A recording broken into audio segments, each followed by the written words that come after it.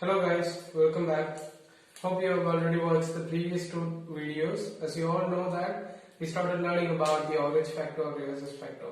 In the first video we learned about what does the RH factor mean, and based on which antigen we determine particular blood group has this RH positive or RH negative. Then in our second video we learned about the theories proposed by two scientists. One is Razor and Fisher and another one is Wiener. And we also learned the genetic factors, the alleles that controls the expression of this RH positive blood group, right? So this we have already learned in our first two videos. Now what we are going to learn today is the incompatibility of RH blood group system. Okay, so the incompatibility of RH factor or Erythroblastosis Foetalis. So that's what we are going to learn today now. Right. So before I get into it, I would like to just recollect what we learned. At the same time, I want to give you guys some example here. So look at here. Imagine that I'm taking same blood group, two blood groups. Okay, I mean same blood group. So here, if you look at this picture, it is A and this is also A. Both contain same A antigens. Okay, but this blood group has D antigen on the surface. Then of course we already know D antigens on the surface of the red blood cell, then it is RH positive. This doesn't have this D antigen on the surface of the red blood cell, then it is RH negative. Then we can simply call this as A positive, and then we can call this as A negative. What I'm going to do, I'm just going to transfuse this A positive blood into this A negative blood. In simple we can say RH positive into RH negative. So this RH negative doesn't recognize this D antigen. So you can see here when the blood is mixed, so the blood system, especially the plasma and the immune system, doesn't recognize this D antibodies. So it starts producing these antibodies. So these antibodies, what do we call these antibodies? We call these antibodies as D antibodies, isn't it? Now, up to this we are clear. Remember, naturally occurring population. So I told you this D antigen in genetic factor itself. I told you that D antigens, right? The RH factor expression, the D allele is more dominant, and that is responsible. This I told you in the previous video. So இப்போ நம்ம population எடுத்துட்டோம்னா 100% populationல around 80% of the population has RH positive. It's because the D allele is more dominant than the recessive D allele. So this we have already known. So naturally occurring population, if you take out of 100, 80% people have RH positive, and 20% people doesn't contain the D antigen, and we call them as RH negative.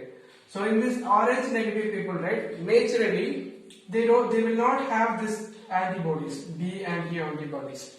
But when they are exposed, in this case I transfused voluntarily this A positive, I mean this RH positive blood group into this RH negative. Then I could able to see D antibodies are being produced by the immune system in the A negative blood group. So naturally they will not contain this D antibodies, but when they are exposed, so when this RH negative is exposed by the RH positive, then they will start producing the D antibodies. Up to this, I believe that you guys are clear. Now, let's get into Erythroblastosis Foetalis. So imagine, so we have a couple. One father has RH positive and mother is RH negative. So naturally in her blood system, she will not have this D antibodies. But what happens, since the D allele is more dominant, obviously the child will inherit father's blood type, I mean father's D antigen. So the child will be RH positive, whereas the mother is RH negative. Naturally she doesn't have this D antibodies. So what happens during labor or miscarriage, or else sometimes blood will be going from the mother to the child, from the child to the mother through placenta.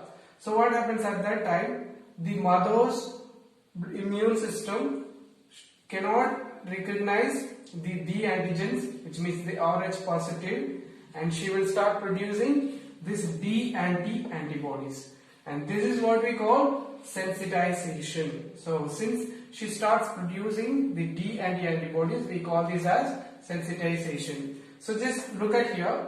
Imagine this is the child blood group. Okay, child blood. You can see B antigen on the surface.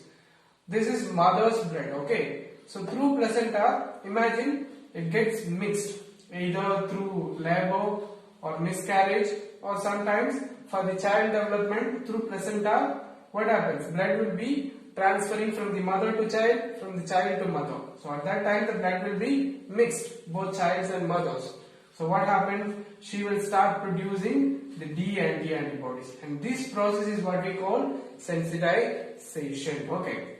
Now, what happens after that? During the first pregnancy, okay, so the child is Rh positive. So during the first pregnancy, what happens?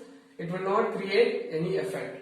So that antibodies is what we call IgG type antibodies, because this is the very first time. So she has produced that D anti antibodies, and it is not more effective. But in the consequent pregnancy, what happens? This Rh negative blood, I mean the blood, mother's blood will contain this D anti antibodies. So what happens?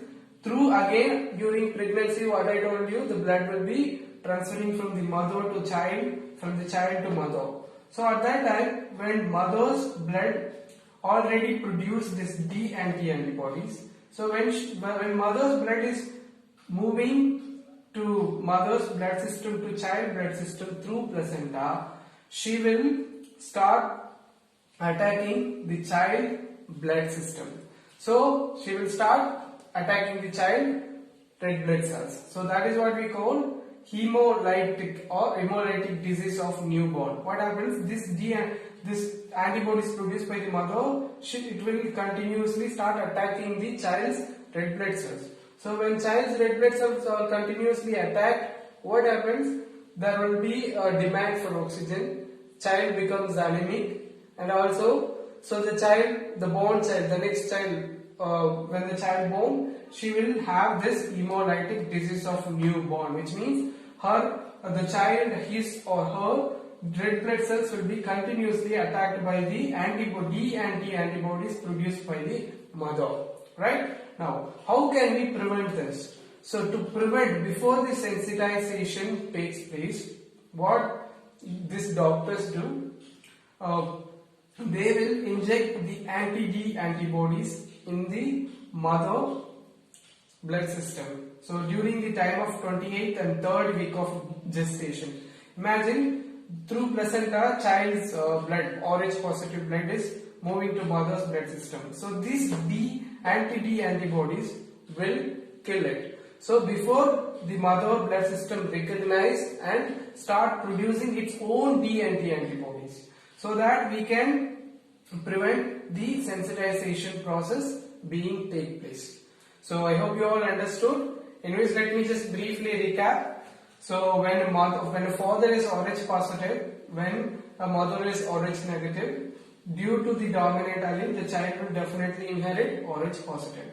So at that time, the mother will not naturally contain this D antibodies.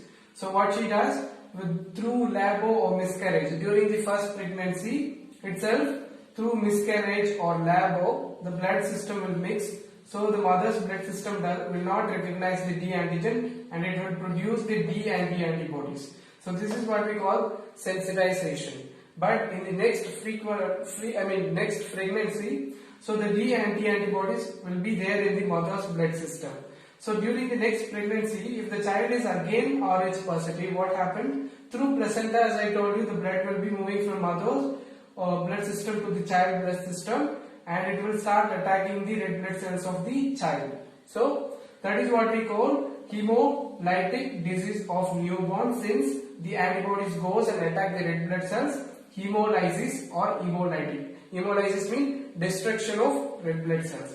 So mother's antibodies will start attacking the red blood cells of the child blood system, and the child will born as hemolytic disease of newborn. So she will be, the child will become very anemic because the red blood cells will be attacked continuously by the antibodies produced from the mother's blood system.